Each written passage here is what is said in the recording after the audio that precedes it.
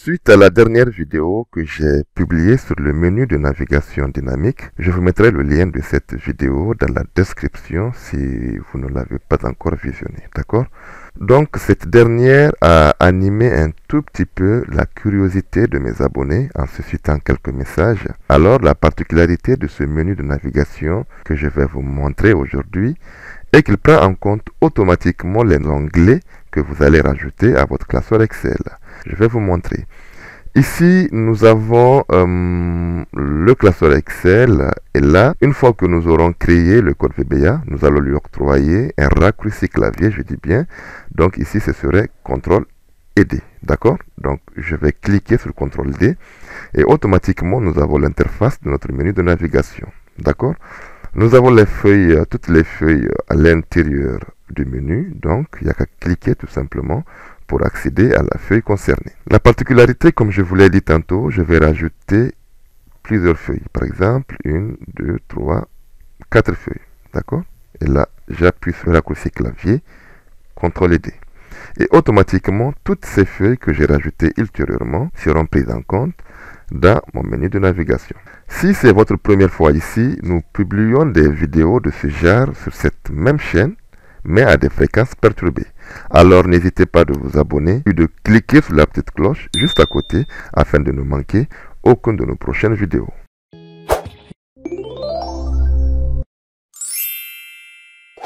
Bonjour et bienvenue dans cette nouvelle vidéo. Alors, premièrement, nous allons nous basculer dans l'éditeur de code VBA. Je rappelle que je ne vais pas vous montrer comment créer ce user from là, ce n'est pas le but, d'accord?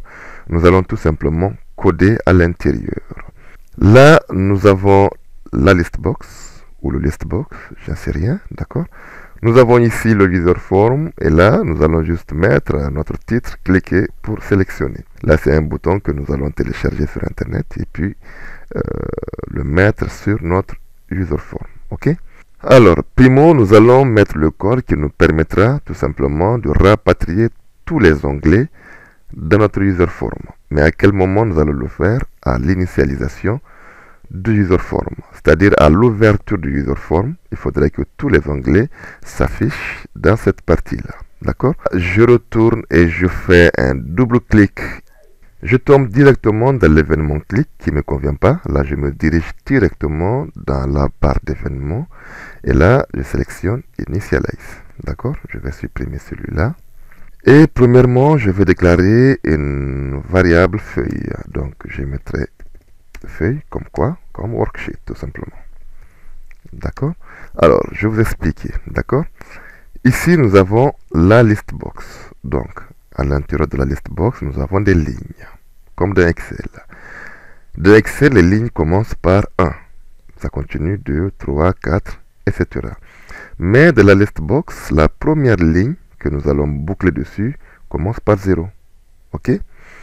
Pour cela, une fois que je retourne dans le code, donc je vais mettre une boucle.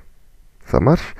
La boucle, ce serait tout simplement for ligne. D'accord? Cette boucle-là que je vais faire, je vais boucler sur la ligne de la listbox. Donc, est égal à 0 to mi.listbox, donc pour listCount. D'accord? Alors, deuxièmement, nous allons boucler sur les feuilles. Le nombre de feuilles que nous avons de notre classeur. Donc, nous allons faire une boucle qui prendra en compte même les feuilles ultérieures. Donc, pour cela, je ferai une boucle for each. Donc, for each feuille, directement une sheet. D'accord? Là, je mettrai encore un next quand on ouvre évidemment une boucle. Donc, on ferme la boucle par next.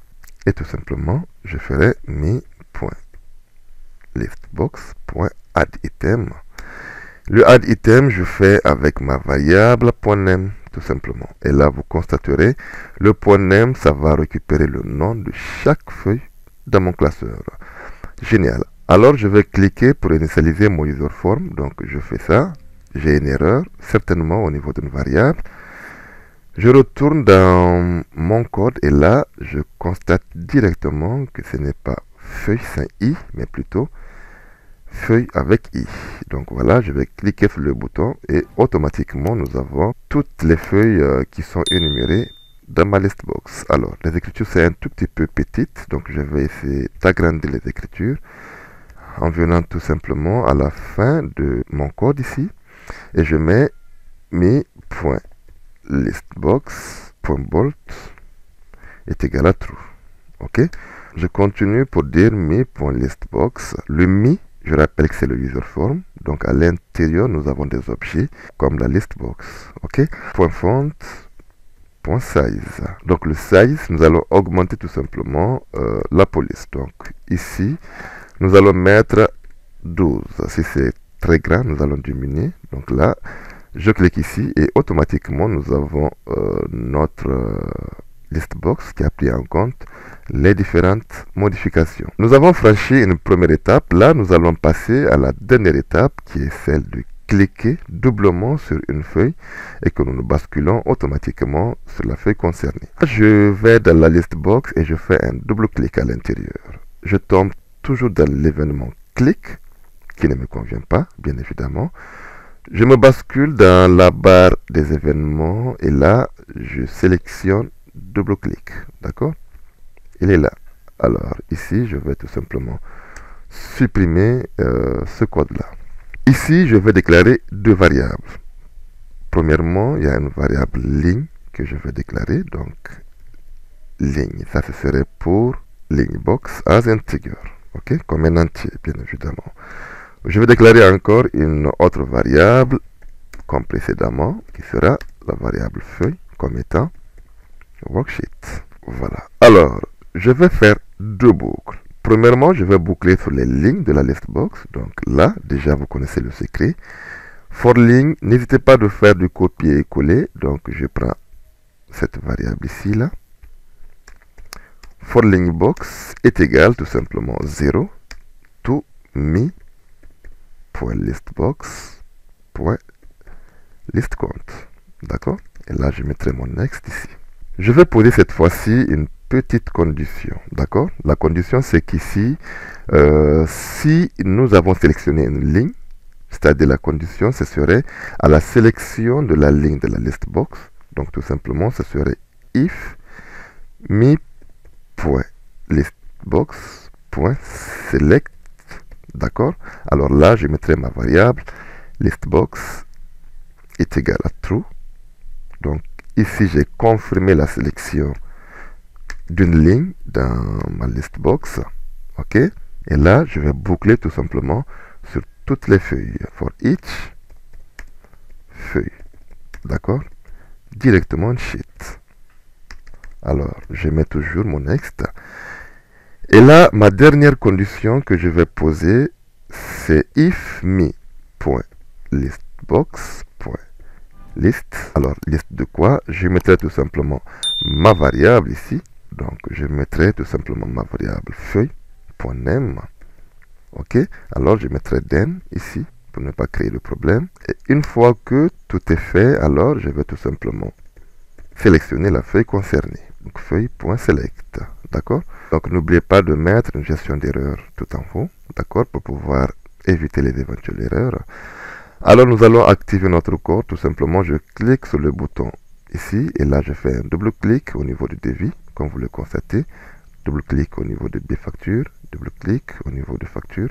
Et double clic au niveau de facturation. Nous allons rajouter quelques feuilles ici pour vérifier le dynamique de ce code-là. Donc, 1, 2, 3.